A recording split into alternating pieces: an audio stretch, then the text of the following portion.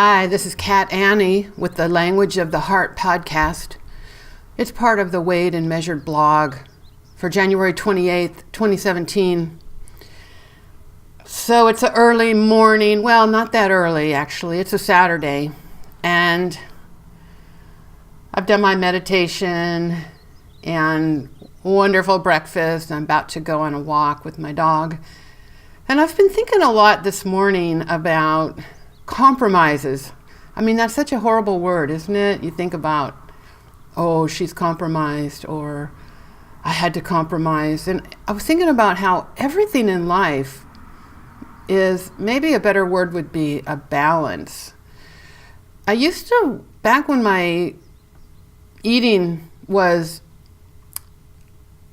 just out of control, I wanted what I wanted. I wanted no compromise.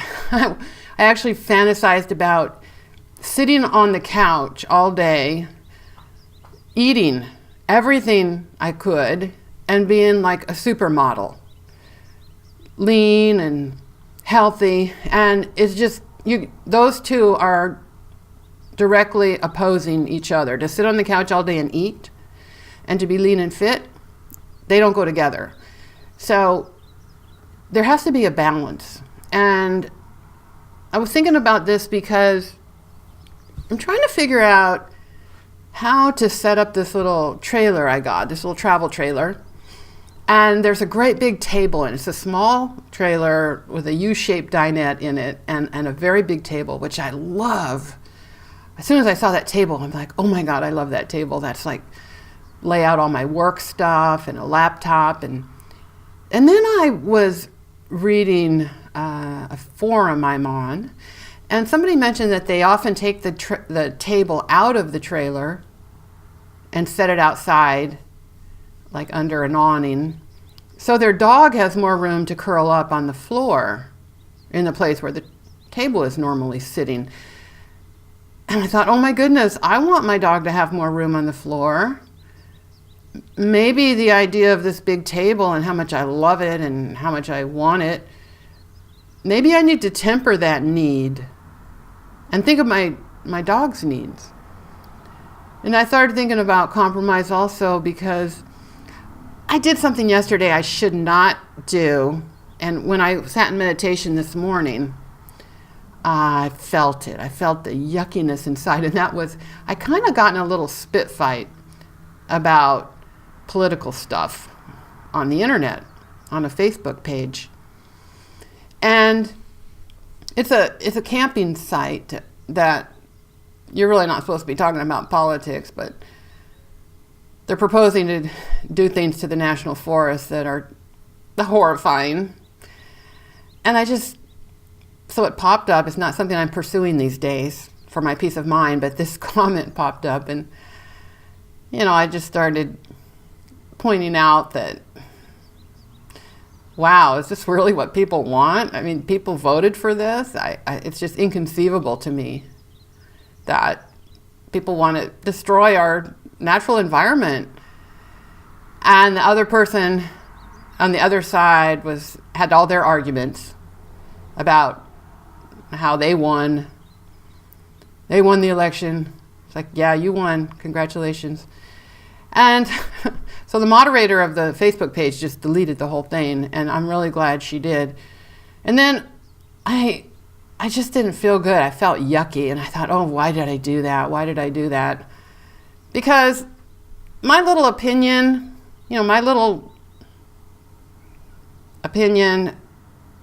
it's not that important.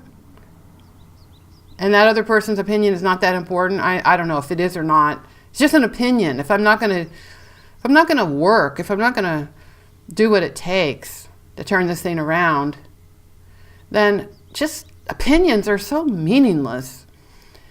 And I just felt like, I'd really like to state my opinion because it's so important to me.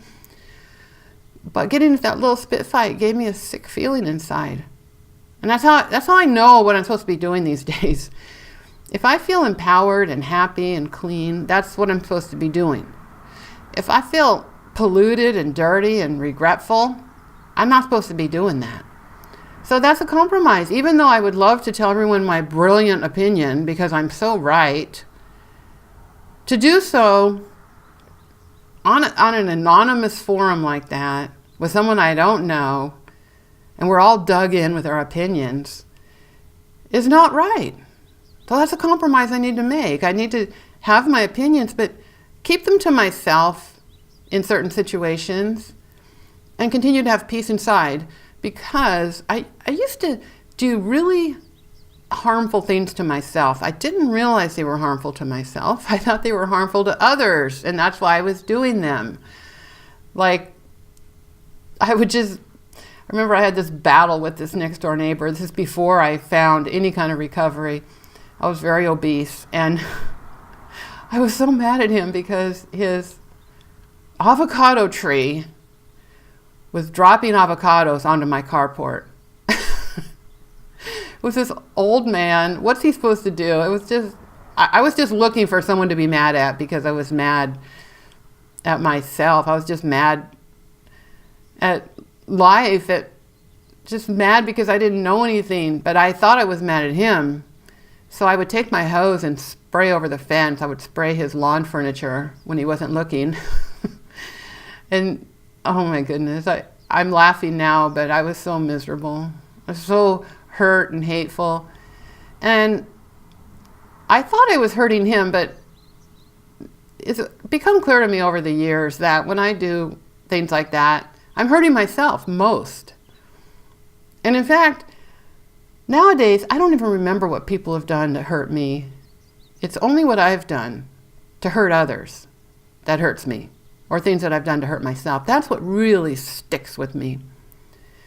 So when I was doing things that I thought were hurting other people but were really hurting me, I had to eat a lot and do other substances just to keep that down, that feeling. Like the feeling I had when I sat in meditation this morning. I had that slightly polluted feeling. Well, I had that in spades when I was not in recovery. And the best I could do was just eat more. So I would do bad things, get that sick feeling, eat more, feel worse, lash out more, feel bad, eat more. And it was a never-ending cycle. And I found that when I have my 3 meals a day with nothing in between, well, I cannot afford those bad behaviors because I don't have any escape from the consequences of my actions.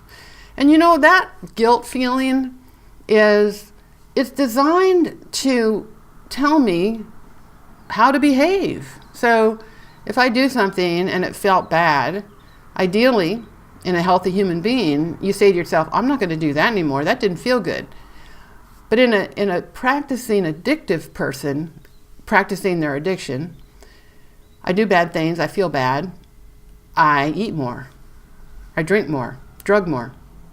So people say when you're in recovery, the road gets narrower. And I found that to be true, but in a good way. I know how to behave. And I want to say something else about my food plan. This is topic number 2. It sounds restrictive, but there are a number of items on my food plan, vegetables, proteins, fruit, and fat, which means oil, butter, etc. And on my food plan, I can either eat what's called heavy or light. So there's certain proteins that are very light, not much fat content, not many calories, and there's certain proteins that are very lush and rich with calories. And same with vegetables. There are certain vegetables that are very starchy and some that are very unstarchy. And I can do that. I have that flexibility within my food plan. So it's not like somebody tells you you have to eat 8 ounces of zucchini. No, there's 25 or 30 vegetables, and you choose the one you want and commit that to the person who's helping you out. And You can gain weight, you can lose weight. So even though a food plan sounds restrictive, if you looked at the meals that everyone on my food plan, there's hundreds, maybe thousands of people all over the world that do this particular food plan, although there's other food plans, you would hardly even recognize that they're in the same food plan because the food choices are so different. I happen to be vegetarian. I choose vegetarian proteins. And there are even people that are vegan on my food plan, and they choose the vegan choices of protein. And we cook our vegetables differently, bake it, fry it, steam it, eat it raw. So that's what I wanted to say about my food plan. It's very flexible, and it's travelable. I take my meals wherever I want. I can get my meals in a restaurant. I go to a restaurant, usually before I go to a restaurant, which isn't very often because my own food is so darn satisfying. But when I do go to a restaurant, I look in advance online. Thank goodness we're in the golden age of internet. I look online to see what their offerings are. And when I get there, I consult with the wait person and make sure that I'm getting the vegetables I need, the protein I need, cooked the way I want it. And these people are in the service industry, and 99.9% of the time, they love doing service. And they want to satisfy you. They want to give you what you want. And I find that cooks sometimes like a challenge. And so eating within a food plan is not as restrictive as it sounds like on paper. So that's my thoughts for today, January 28th. This is Kat Annie, the Language of the Heart podcast. It's part of the Way to Measure blog, and thank you so much. I'll see you tomorrow.